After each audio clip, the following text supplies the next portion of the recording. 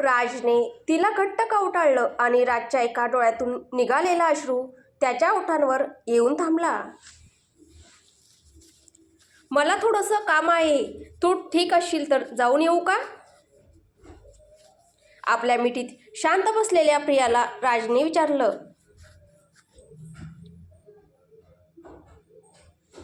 आणि आज पहिल्यांदाच तो इतक्या प्रेमाने तिची परवानगी मागत होता. हे ऐकून प्रियानं घड्याळकडे पाहिलं. रात्रीचे 9 वाजत होते. 1 तासात परत येईन. तिच्या नजरेतूनच तिचं उत्तर तो समजून गेला. प्रियानं हलकसं मान डोलावून होकार दिला. आता अजून रडू नकोस. तुला माहीत आहे ना, मला हे फारसं रडणं बिडणं अजिबात आवडत नाही. राजनं खोटा कडक आविर्भाव आणत म्हटलं. हां ठीक आहे. प्रियानं एवढंच बोलून विषय संपवला. राजला थोडं विचित्र वाटलं, कारण त्याला वाटलं होतं की प्रिया काहीतरी विचारेल, काहीतरी बोलेल त्याला थांबवण्यासाठी. आत्ता येतो असं म्हणत राज पलंगावरून उठला तर प्रियाही उठली. जाताना त्यानं प्रियाच्या कपाळावर हलकसं चुंबन घेतलं. काही वेळानं प्रियाच्या खोलीच्या दारावर टकटक झाली. तिनं दार उघडलं तर समोर राजेश्वरीजी होत्या. काय करतेस? काही नाही आई, बसले होते. उभी का नव्हतीस? राजेश्वरीजी तिला हसवायच्या मूडमध्ये होत्या. असंच आई, बसलेच होते पलंगावर. प्रिया हलक्या आवाजात म्हणाली. अशी का बोलतेस? तब्येत बरी नाही आहे का? एकदम ठीक आहे आई, फक्त डोक्याच्या एका बाजूला थोडं दुखतंय. खूप रडली असशील तर दुखेलच ना. चल वर गच्चीवर जाऊया. गीताही येते, राजेश्वरीजी म्हणाल्या आणि प्रियानं मान हलवून होकार दिला. इकडे दुसऱ्या बाजूला प्रियाचे बाबा रमणशी थोड्या नाराजपणे बोलत होते. तू नकार का देतोयस रमण? किती छान छान नाते येत आहेत आणि तू सगळ्यांना नकार का देतोयस? सांगतोय ना बाबा, मला आता लग्न करायचं नाही, रमण शांतपणे म्हणाला. अरे आम्ही कुठे म्हणतोय लगेच लग्न कर म्हणून. थोडा वेळ घे, पण मुलगी तरी बघ.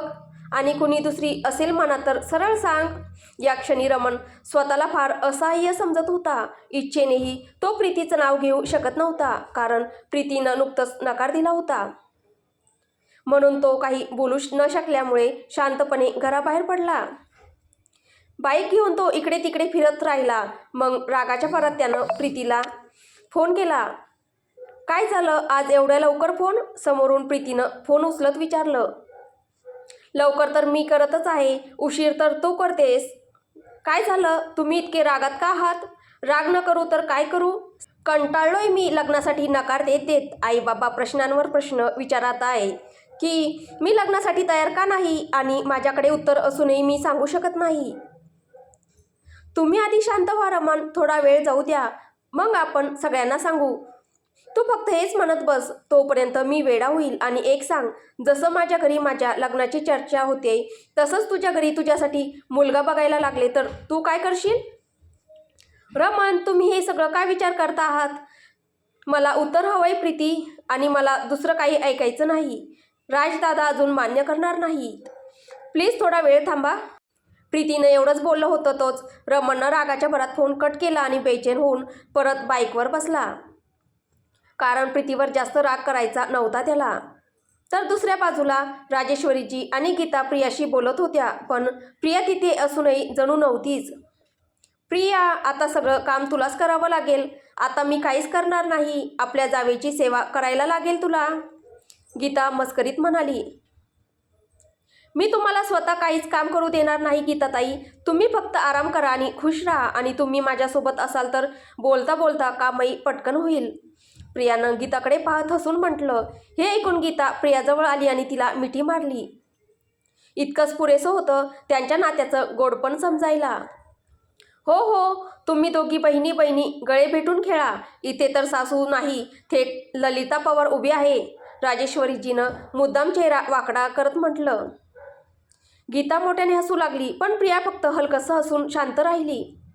काय झालं? खरंच मी ललिता पवार आहे का म्हणून हसत नाहीयेस? राजेश्वरीजी प्रियाला म्हणाल्या. नाही आई, मी असं काही म्हणत नाहीयेस ते ठीक, पण बोलतही नाहीस. काय झालंय? राधाच्या बोलण्याचा विचार करतेस म्हणून उदास आहेस का? उदास नाही आई, फक्त इतकंच विचार करते की आता असं काही करणार नाही ज्यामुळे मी मूर्ख वाटेन. अगं, तिच्या बोलण्याला एवढं मनावर का घेतेस? तुला माहीत नाही का ती कशी आहे ते? आई, मला माहिती आहे मी तुमच्यासारखी नाही आहे, कारण खूप लोकांनी मला आणि माझ्या आईबाबांना, अगदी रमण दादालाही नेहमी सांगितलंय की मी लहान मुलांसारखी आहे, मॅच्युअर नाही. एवढी मोठी होऊन मी कार्टून पाहते, बाहेर मुलांसोबत खेळते आणि कुठल्याही गोष्टीवर लगेच रडायला लागते. यामुळे कित्येक मुलांनी मला लग्नासाठी नकारही दिला, पण माहीत नाही नक्की कसं काय राज मान्य झाले. हे बोलून प्रिया हलकसं हसली, पण तिच्या चमचमणाऱ्या डोळ्यांनी तिचं हसू खोटं असल्याचं स्पष्ट दाखवलं. प्रिया मी ठीक आहे आई, पण मला फक्त एकच विचारायचं आहे, मोठं झाल्यावर आपण खेळू शकत नाही का? कार्टून पाहिलं म्हणजे माणूस मूर्ख ठरतो का? लोक म्हणतात की मी विचार करून काही बोलत नाही, पण आई, कुणी काही विचारलं आणि मला उत्तर माहीत असेल तर मी ते सांगणारच ना. मला माहीत आहे मी तुम्हा सगळ्यांसारखी नाही, कदाचित तुमच्यासारखं डोकं माझ्याकडे नाही, नाहीतर आज माझंच कोणी इतकं बोललं नसतं मला. माझी आईही म्हणायची, असं बोलू नकोस, असं करू नकोस, एवढं रडू नकोस, पण आई, माझ्याकडून हे सगळं होतच नाही, मी काय करू? हे बोलताना प्रिया तिच्या स्वभावानुसार पुन्हा रडू लागली. असं रडत नाहीत ग बाळा, राजेश्वरीजी चिंताग्रस्त होऊन म्हणाल्या आणि प्रियाजवळ यायला लागल्या, पण प्रिया थोडी मागे झाली. माहिती आई, मी रोज स्वतःलाच बोलते की इतकं का रडते मी, आता कधीच रडणार नाही, सहन करणं शिकेल, धीर धरीन, पण डोळ्यात पाणी येऊ देणार नाही, असा वायदा मी रोज करते, पण माझ्याकडून माझाच वायदा कधी पाळला जात नाही. हे म्हणत प्रियानं स्वतःच्या हाताने चेहरा लपवला आणि हुंदके देत देत रडू लागली. प्रिया, असं रडू नको, मला पण रडू येतंय, मला रडवशील तू? गीतानं तिच्याकडे बघत म्हटलं. गीताताई, मला कुणाला रडवणं अजिबात आवडत नाही, मला तर तेव्हाही आनंद होतो जेव्हा तुम्ही सगळे माझ्या बोलण्यावर हसता, कारण माझ्यामुळे कुणी रडावं हे मला नको, त्यापेक्षा कोणी माझ्यावर हसलं तरी चालेल. प्रिया सुस्कारे टाकत म्हणाली. मला काही वाईट वाटलं तर मी रडणारच ना गीताताई, कारण मी सांगू शकत नाही की मला वाईट वाटतंय, मी भांडूही शकत नाही, मला रागही येत नाही, यात माझी काही चूक? जसं देव सगळ्यांना बनवतो तसंच त्यानं मला बनवलं, मी थोडी स्वतःला असं बनवलंय? सगळे बोलतात की मी रडते, अगदी तुमचे भाऊजी रागात म्हणतात की मी मुलांसारखे आहे आणि सतत रडत असते, पण मी तर कधी विचारत नाही की मग सगळे मला का रडवतात. तू जशी आहेस तशीच राहा प्रिया, आम्हाला तर तू अशीच आवडतेस, राजेश्वरीजी प्रेमाने म्हणाल्या. नाही आई, मला तुम्ही तुमच्यासारखं करा, नाहीतर प्रत्येकजण पुन्हा पुन्हा हेच म्हणेल की मी मॅच्युअर नाही, आणि याच कारणामुळे तर राधा काकूंनी मला मारलं ना, मला ओरडलं, माझ्या साडीनं फरशी पुसायला सांगितलं. जर मी तुमच्यासारखी असते ना तर त्यांनी माझ्याशी असं कधीच केलं नसतं. मला खूप वाईट वाटलं आई, असं म्हणत प्रिया राजेश्वरीजींचा हात घट्ट पकडते.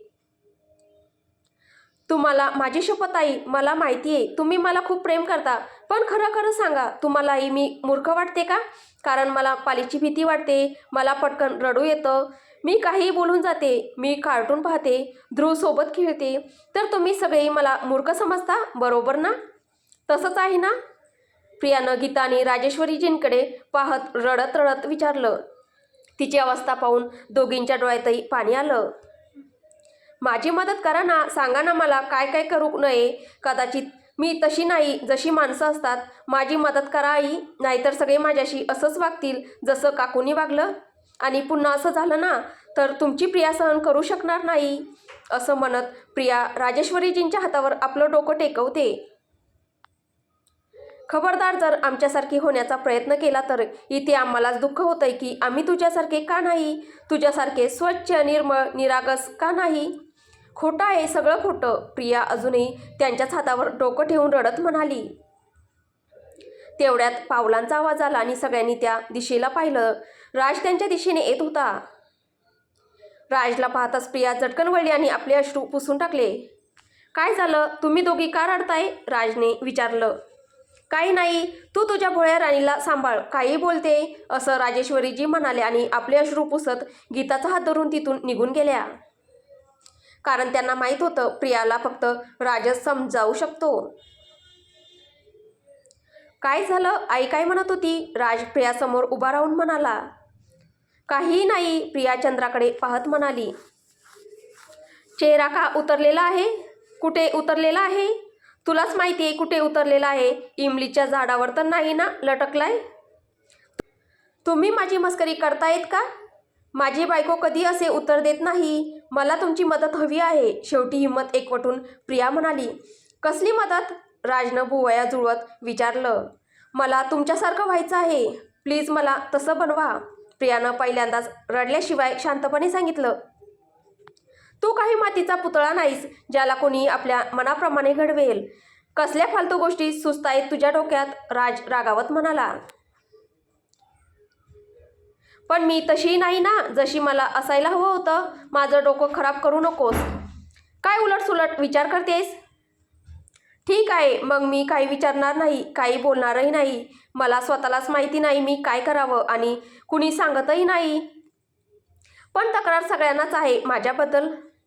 हे बोलून प्रिया वळली आणि खाली पटकन उतरायला जिन्यापर्यंत पोचली. पण 2 पायऱ्या उतरल्यावरच राजने तिला पकडलं आणि जबरदस्ती आपल्या मांडीवर उचलून घेत जिन्याच्या पायरीवर बसला. मला जाऊ द्या तुम्ही, प्रिया चेहरा वळवून म्हणाली. जे होणारच नाही ते बोलू नकोस. मला खाली जायचं आहे. आधी काय झालं ते सांग. सांगितलं आहे पण कोण समजतच नाही. मी नाही समजलो, राज चिडून बोलला. का रागावता? मला तर फक्त असं व्हायचंय की मी अशी बनू की कुणालाच माझ्यावर राग येऊ नये. प्रिया राजच्या शर्टला पकडून रडवेल्या सुरात म्हणाली. कारण आज राधाजींचं बोलणं तिच्या मनाला फार लागलं होतं. काय आहे मनात स्पष्ट सांग मला. पण खबरदार, स्वतःला बदलायची जरी कोशिश केली तरी मी ते होऊ देणार नाही. राजने प्रियाच्या दोन्ही गालांना एकत्र धरलं आणि चिडून म्हणाला.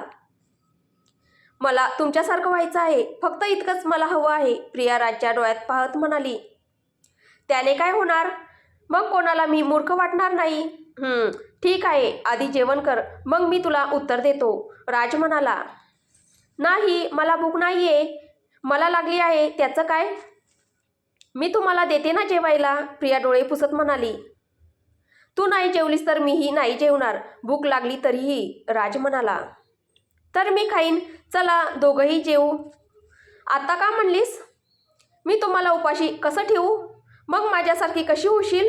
इतरांसारखी कशी होशील? राज प्रियाला मांडीवरून उतरवत उठला. म्हणजे खोलीत चल, अर्थ सांगतो, असं म्हणून राज प्रियाला घेऊन खोलीत आला. आत्ता सांग, तुला माझ्यासारखं व्हायचं आहे ना? हो. मग आपल्या हट्टावर ठाम राहा. मग कुणी उपाशी राहिलं, तुझ्यामुळे कुणाला वाईट वाटलं किंवा कुणी रडलं, त्याने तुला काही फरक पडायला नको. राज आपला कोट काढत म्हणाला. पण हे चुकीचं आहे ना? का चुकीचं आहे? कुणाच्या दुःखानं फरक का पडू नये? मी तर असं आहे, थोड्या वेळापूर्वीच पाहिलंच ना.